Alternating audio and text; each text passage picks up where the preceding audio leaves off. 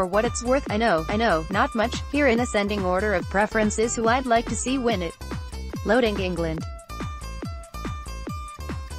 Sorry, and it's nothing to do with republicanism, but it's just somehow also been drilled into me. There is something that is pleasing to the soul in seeing England go down in flames in a sporting contest.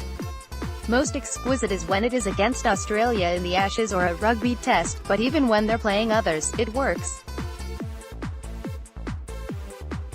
Not while our ass points to the ground can we ever support England.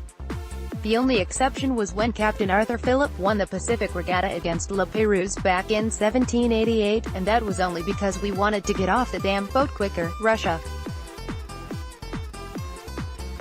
No. If you saw Sarah Ferguson's series on Four Corners last month, it looks like they bloody well did collude to get Trump elected as president, and there can be no forgiveness for them as a nation, for the next 50 years or so. Down with Russia. Politically incorrect. Did Russia really help Trump? Fitz can't support that. Photo, uploading Brazil. Yes, they're the only South Americans to win on European soil, but these blokes are too strutting and haughty for mine. I suppose that's understandable, given they've already won the World Cup 5 times, but surely that's enough for a while. A Brazil win in the World Cup is like seeing Serena Williams win Wimbledon, Queensland win the State of Origin, and Greg Norman display narcissism that would kill a brown dog. Fine, but it's what mostly happens. It's only really news when it doesn't happen. Belgium. Nah, too dull. Belgium is not born to win World Cups, they're built to run bureaucracies like the European Union. They're France without the flair, and not even Eden Hazard, Romelu Lukaku and Kevin De Bruyne can quite lift them from that. He wrote, self-consciously, reeling off names he actually has no clue about, only noting what splendid names they are. Besides, they've already had a great victory this tournament, when they came back from 2-0 down against Japan to win with the last kick of the game. That will warm the cockles of the Belgian souls for years to come, and that's enough. Too easy. Brazilian star Neymar hits the deck. Photo, app friends. A tiny bit, maybe. They've already won the World Cup once when they hosted in 1998. They could have won again, but Zinedine Zidane didn't use his head.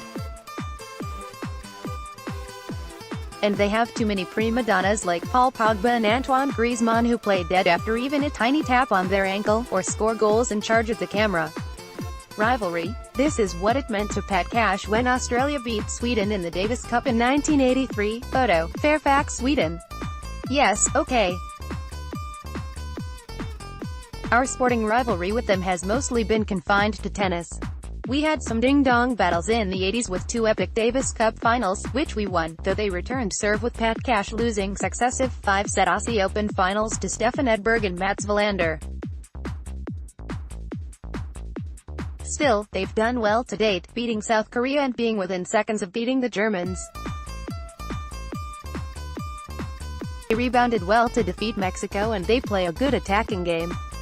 Ultimately, though, it'd be like seeing a Volvo win at Le Mans, wouldn't it? It'd be against nature. Win, lose or draw, it would at least be something to see the crowd take the chant of Irish fans in 2016 after Ireland beat Sweden in the European Championships. Everyone sang, in good-hearted fashion with the Irish, to the massive male Swedish fans, "Go home, to your sexy wives, go home, to your sexy wives, go home." Personal favorites, Ivan Rakitić's Croatia could make a country and one columnist very pleased. Photo, up Uruguay. How wonderful it would be to see underdogs like them get up for South America while leaving the likes of Argentina and Brazil in their wake. And they play pretty well. In this tournament to date, they've beaten Portugal in the round of 16 and swept their group containing Saudi Arabia, Egypt and Russia, raw.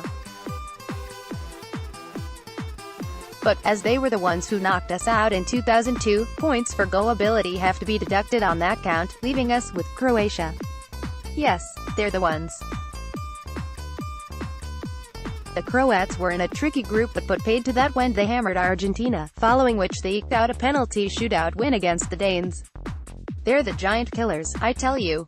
And their victory against all odds would not only be the great sports story of our time but would please the enormous Croatian-Australian community who, in soccer terms, have not had heaps to cheer for in recent times beyond Mark Vidica.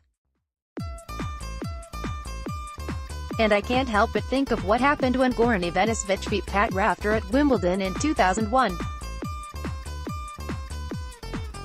We were disappointed at our Pat losing, but when you saw the sheer joy of the Croatians when Ivanisevic got back to Zagreb and brandished the trophy to the crowd, it was hard to begrudge them that. We would have been happy for a Wimbledon win, but not that happy. If Croatia were to win, what a triumph, what joy, what a great story, at Peter Fitz.